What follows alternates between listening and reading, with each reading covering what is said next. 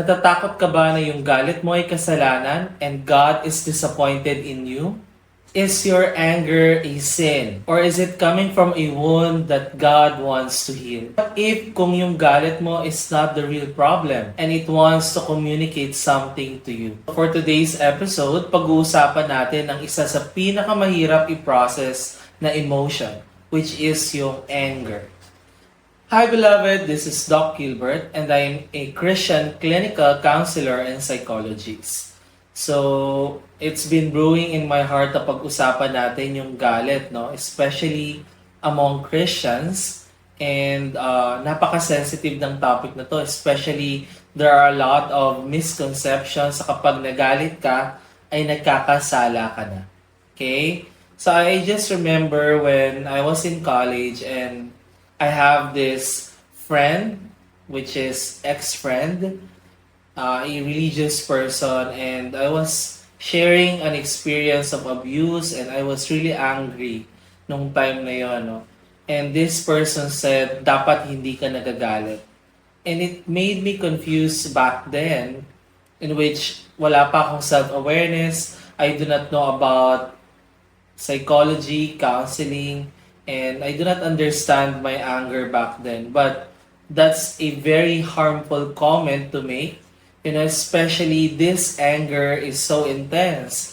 At kapag hindi yun na-process, it could lead to a lot of psychological, physical, relational problems, and even spiritual.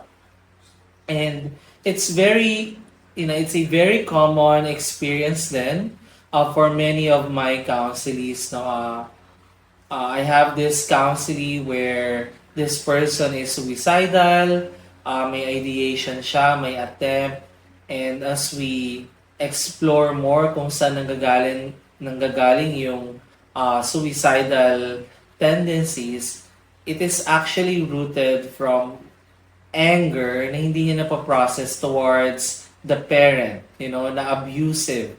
Na for years, this person was physically, verbally, emotionally abused by this parent. And think about it, no? In-endure niya yung pambubugbog, paglock sa pinto, all the verbal attacks for many years ng buhay niya. And also, I have this counseling naman na struggling with sexual addiction. And as we explore in our journey, nakita namin na this sexual addiction is trying to numb a specific emotion, which is anger. At ito yung anger that is coming from his experience of abuse sa kanyang narcissistic father, na nanloko sa kanyang nanay, verbally and emotionally neglected him, attacked him, guilt trip him, and really use his authority, his possession, in order to meet his supply, meet his own needs, and not meet the needs of his children, including yung counseling ko na yun. And also, I have a counseling na struggling with anger outbursts, no? Napapamura siya, napapasigaw, even to the point of physical aggression. And as we explore, we get to see na itong anger outburst ay coming from unprocessed anger for the many years that this person experienced physical abuse from his parent, at naipon yon, it was contained and submerged and put into the unconscious. At dahil doon, this anger is coming as an outburst. And of course, sa mga time na yon, he needed to survive at wala siyang mapagsabihan, mapagprocessan nung galit. Okay? And for many, yung nagiging impact nito ay guilt as a Christian, guilt that says, I'm a bad Christian, I'm not obeying God, I'm not respecting these people, I should not be angry. And many times, marami nakakaranas din ito inside the church that some leaders, pastors, or ministers are actually invalidating yung galit na nararamdaman nitong specific person. saying you should not be angry. It's a sin. You should respect, you should be grateful, you should be thankful. And because of that, the guilt escalates at mas lalong actually lumalalim into shame, saying, I'm a bad Christian, there's something wrong with me. And of course, it creates anxiety and fear that, oh, maybe I am disappointing God. Maybe I'm not close with God. I am very far from God and I'm not obeying Him. And it affects your personal relationships, of course, with God, with others, with yourself. And of course, dahil hindi na pa-process yung anger, it comes out uncontrollably. You find it hard to regulate it and thus affects your relationships. And ultimately, your mental health is affected. You know, having not just anger, but the guilt, the shame, the anxiety, and the fear. And now it is manifesting in your body, affecting your confidence coming to God, assurance, self identity, safety, security, and now it is manifesting as depressive and anxiety symptoms. And ito na yung sign that you have to listen to your body, to yourself. So, kapag nagalit ba, automatically kasalanan yon? So, ito yung didiscuss natin in this episode today. So, number one, anger is actually a normal reaction.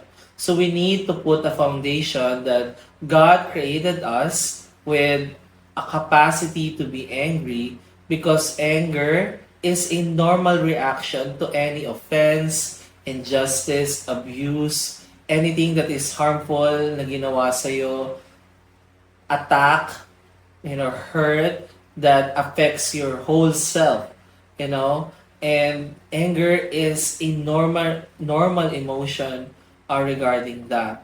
So, and when we look at the Bible, we can look at Jesus. I know I've used this many times in the past episodes, but we can see how Jesus became angry during injustices, during narcissistic attacks of these religious people, shaming yung mga sinners, shaming the people that he is helping and journeying with. We can see how he became angry by saying, "You brood of vipers and whitewashed tombs." He became angry when the church was used by these people as a marketplace, and he expressed that anger by overturning yung table, by shouting, by using strong words, by using latigo, lashing out and destroying these objects, na ginawang marketplace yung tahanan ng Diyos. And he became angry towards religious people who are hypocrites. So there were a lot of times that Jesus showed anger. And even when we look at the Old Testament, God, the Heavenly Father, showed His anger too. With the repeated sin of the Israelites, providing yung consequences by punishing them sa mga kasalanan nilang nagawa.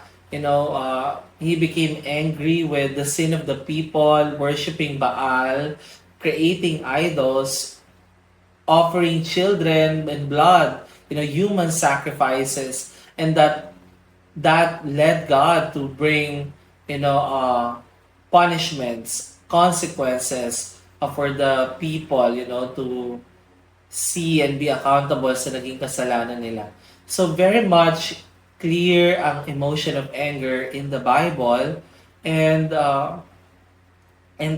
it just shows to us that it gives a signal that something is unfair, something is not right, and it must be threatening, and you must protect yourself. And when we go back to our brain, I discuss about amygdala, the threat center of the brain, the smoke detector, na kapag merong threat, danger, risk in our lives, it's automatic for us to protect ourselves. And one way for us to protect is through the fight mode uh, as the amygdala gets activated. So the fight mode involves emotion of anger. We either shout, be aggressive physically, we attack, we actually manifest it in our body. And it also validates a certain need. Every emotion, there is an underlying need. The need for safety, the need to be heard, the need for fairness, the need for protection, the need for security, the need for dignity, the need for honor and value. So these needs were actually trampled by a certain offense, injustice, and unfairness. And when these needs are trampled, one of the automatic emotion ay anger.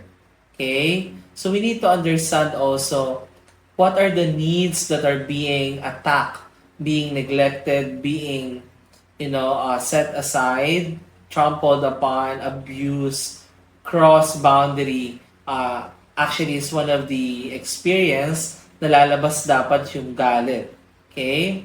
So, anger honors justice. Anger wants to honor boundary. Anger wants to honor respect.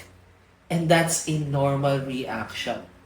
And even though when we deny it, we neglect it, we don't want to feel it, because our body has its own wisdom and mechanism, the body would still show itself, in anger. Kaya nga 'di ba may mga naririnig tayo na hindi ako galit, pero iba yung tono, mataas yung tono, yung facial expression, pagalit, because we cannot hide this manifestation in our body. Okay? So second, we have to understand that most of the times, anger becomes a defense mechanism. So, I just discussed that anger is a normal reaction to lay the foundation na it can be a primary emotion, meaning kung ano yung injustice na nangyari, normal na magalit ka. At yun yung emotion na dapat mong maramdaman, ma-acknowledge, ma-verbalize, ma-share, ma-open up, ma-release. Okay, so that's a primary emotion. But also many times, anger becomes a secondary emotion. Meaning, hindi yun talaga yung dapat na maramdaman mo. And it is because it becomes a defense mechanism.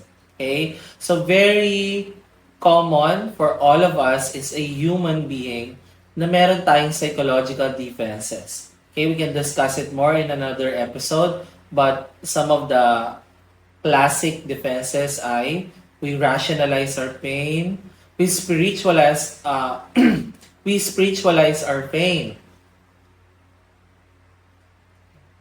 We rationalize our pain, we spiritualize our pain, meaning we use scriptures, Bible verses, faith doctrines to not feel our pain. So very common yan sa Christian community.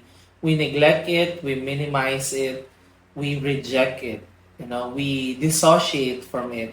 So maraming klase ng psychological defenses. But one of the ways that people use, whether men and women, pero mas common ito with men's psychology, na gamitin yung anger as a defense mechanism. Okay? Why? So, because anger is a very intense emotion, very powerful, Kaya nga, when it manifests sa katawan, some people, many people, becomes very strong physically. They use external force, they attack, they punch, they kick, even when it turns inward, people commit suicide. And that's so intense. It's like a fire, like a big stone. So, and when someone feels angry, one feels in power. May control. Okay, I don't feel weak. I don't feel helpless. I'm not powerless anymore. and that becomes a defense. And of course, may pinanggagalingan yun, no? But deeper than the anger, actually, yun nga, yung primary emotions such as sadness, shame, anxiety, fear, and many do not want to feel that anymore kasi when they feel that, acknowledge that, share that, so it was taken advantage in the past, you know. They were abused, they were attacked, it was used against them. At yun yung pinanggagalingan na trauma, and I'm gonna share later. But, you know, because these negative emotions, which are softer emotions, uh, makes them powerless, helpless in a way. Of course, they don't want that. And they use anger to be in control and to be in power again. And somehow, because of its intensity, it gives an illusion that this person is actually in control, where actually in reality, they are outbursting. Okay? Sumasabog, nagiging exploitative yung galit, and it harms oneself, it harms others. Paano nakaka-harm sa sarili? You know, yung mga sunod-sunod at pattern and cycle of outburst anger are actually dangerous in our internal organs. And it actually lessens our immune system, affects our immune system, and it becomes lower. It brings a risk for further diseases and illnesses dahil nga naglo-lower yung immune system. It makes the internal organs more inflamed, which actually put us at risk, you know, for diseases and illnesses. So, yung pag-outburst ng anger in a pattern and cycle, hindi rin siya beneficial. Delikado din siya. No? At the same time, it affects your relationship. You know, it breaks relationship. People becomes fearful, anxious, and some would fight back, and then the safety, the security are affected. The conflict becomes a toxic pattern of destruction in a relationship. It becomes not healthy, but more on all about aggression. And also, it affects your relationship with God because of the guilt and shame that you're experiencing coming from this anger outburst. So it becomes a defense. Okay? And many times it disguised as irritability, impatience, emotional coldness. Some people would use passive-aggressive, meaning hindi man nila binibigyan ng boses yung galit nila, pero nilalabas nila in a passive-aggressive way, meaning nagdadabog, hindi ka papansinin, uh, bigla na lang mawawala, and then magpaparinig, gossip. You know, these are toxic ways of communicating. And some aggression, no, they use physical force, and that's the reason why some becomes very physically abusive.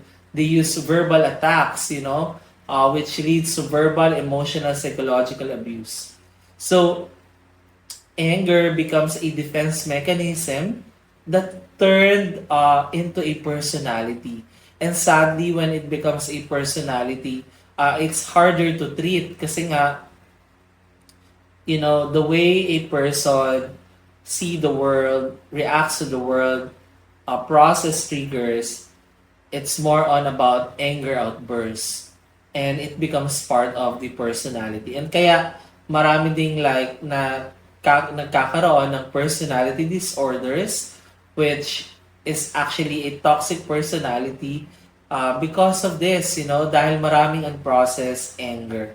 Okay? So third, titignan natin anong difference ng anger as a sin versus anger as not sin. Okay? So, I know I've laid the foundation that anger is a normal emotion that is based on injustice, unfairness, abuse. Anything that is offensive, anything that is harm that was done to us, it's a normal reaction. Ngayon, magkakatalo on how we handle anger, on how we respond, or how we react. Okay? So, if we respond and handle our anger in a way that we're gonna voice it out by using assertiveness skills like, I feel angry because, and then we release yung energy ng anger in a healthy way that is not harming sa atin physically, harming sa ibang tao, not traumatic sa ibang tao. We write it, and then we create a self-care plan on how we suit ourselves, and we share it in a safe group, in a calm and gentle manner. Although at times, kailangan din talaga ilabas yung energy, yung intensity, but you're not using your anger to uh, attack someone, to do vengeance, okay? And that's not a sin. And then we go back again with Jesus as our model. His voice, the tone, the words, the action, the movement of the body, yung pag-overturn niya ng table, show that that is a healthy processing of anger. And that's not a sin.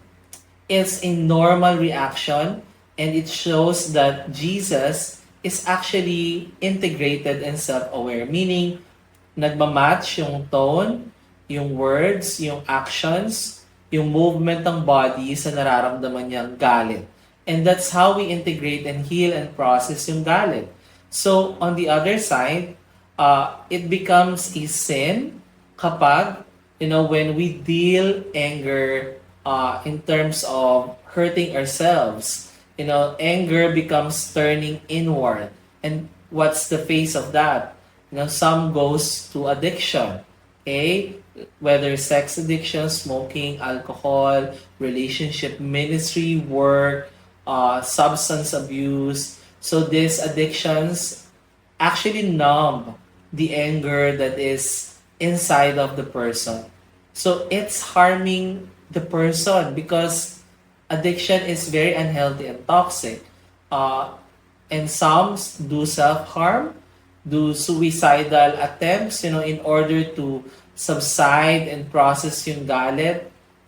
Some actually attack others, becomes physically aggressive through physical abuse, hurting someone, bullying, verbal attacks, verbal shaming, and it is causing a harm sa ibang tao. And that is sinful. How we handle our anger, doon magbabase kung sinful or not. And when we harm ourselves, harm others, and ultimately harm our relationship with God, God also has His own feelings and emotions. And when we sin, God is being hurt. And if it is harming these relationships, then it is sinful. So it is also sinful when we use toxic forms of communication aside from aggressive style, but also the passive aggressive style, meaning you're angry but you're not voicing it out, you're not allowing the person knows about it, but you release it in other forms, meaning you gossip, you manipulate, you deceive, you lie, you actually ignore or nagdadabog ka. So these are actually passive-aggressive styles of communication, and that is sinful. Anger as an emotion is not equated as a sin, but how we react and respond on how we handle our anger, that what makes it sinful or not. And fourth, ano nga ba ang root cause ng galit? Okay? So, again, when we go back to what is underlying beneath anger, we need to know what negative emotions that we are experiencing. The softer negative emotions such as sadness, grief, anxiety, and fear. And we need to feel, acknowledge, and process those emotions, and set aside anger as a defense mechanism. And then we need to also understand what is the need. What is our need? Is there a need for protection? A need to be heard, to be loved, to be accepted, to be fought for, to be assured, need to feel safe, to feel secure. So we need to know the underlying needs, especially these needs were unmet. And that's why anger is actually a signal to what needs that are unmet, that you're experiencing as of the moment. And ultimately, anger most of the time uh, is coming from an unprocessed trauma and grief. And when we talk about trauma, uh, it involves, a lot of interpersonal abuses. We're talking about interpersonal trauma, which are, parental abuse, broken relationships, toxic dynamics, dysfunctional families, and many from this kind of abuse, kind of trauma, maraming galit na hindi napaprocess from this. And that is rooted from this trauma at napunta sa unconscious mind. And the reason why it is in the unconscious mind because a child has to survive. No child can ever face his or her own trauma nang siya lang, and without uh, being disorganized, being dysfunctional, and not being able to live his or her life. So kaya nga may mga psychological defenses for that child to survive a trauma. It's a way to protect. But there is a need to process this anger once kapag naging adult ka na and you have a safe place to do so, it has to come out. It has to be heard. Okay? At ang delikado pa dito, there were and there are a lot of Christian churches na tinuturo na ang galit ay kasalanan. Using shame-based theology and not a holistic one, not an integrated one, with psychology, with holistic perspective. And kaya nga marami sa mga Christians are being confused, feeling guilty and shame. Why am I feeling anger? And I suppose I should not be angry. Okay? And ultimately, marami dito sa trauma and abuse na naranasan ng tao ay yung galit towards God.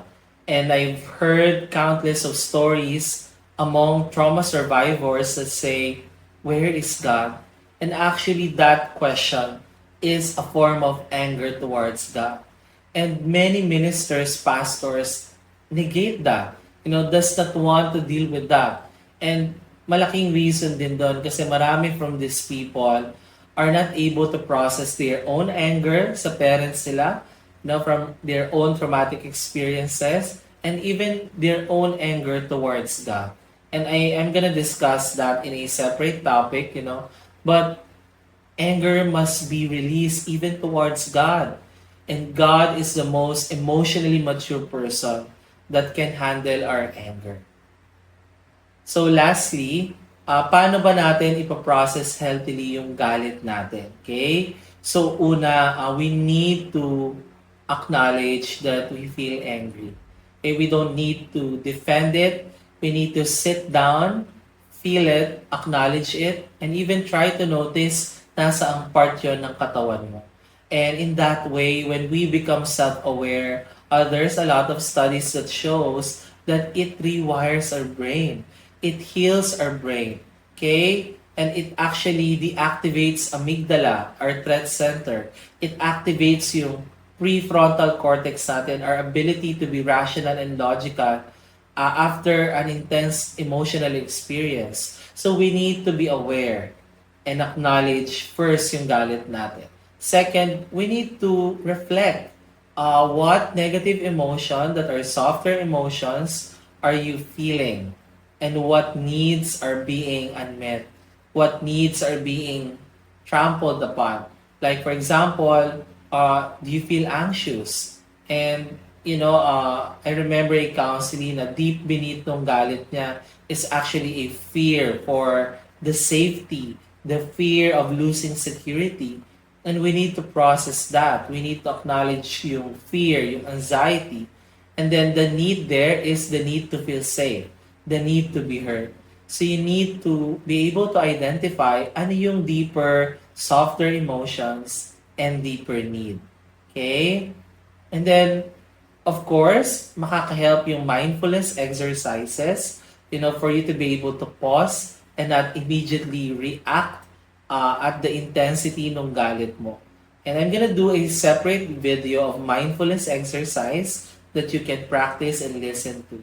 So, mindfulness exercises will help you to deactivate yung amygdala, turn on the prefrontal cortex, and bring relaxation and rest sa buong pagkatao mo in your body, brain, and mind. Okay? And then in terms of relating with others, kapag like you're in a calm and rested mode and the intensity of the anger subsided, you can use assertiveness skill, by saying, I feel angry because you did not listen to me. I feel angry because you neglect my needs. So this is only applicable to a safe and healthy relationships. At hindi ko i-suggest sa gawin mo to with these toxic people, which is I'm gonna discuss more. And I know I've discussed some of the traits dun sa When the Church Fails You na episode. But in safe relationship, you can use assertiveness skill. Okay? And then, very important that we release the energy of the anger. So, ang anger kasi, it's not just a feeling. Paano ba natin ma-process yung feeling?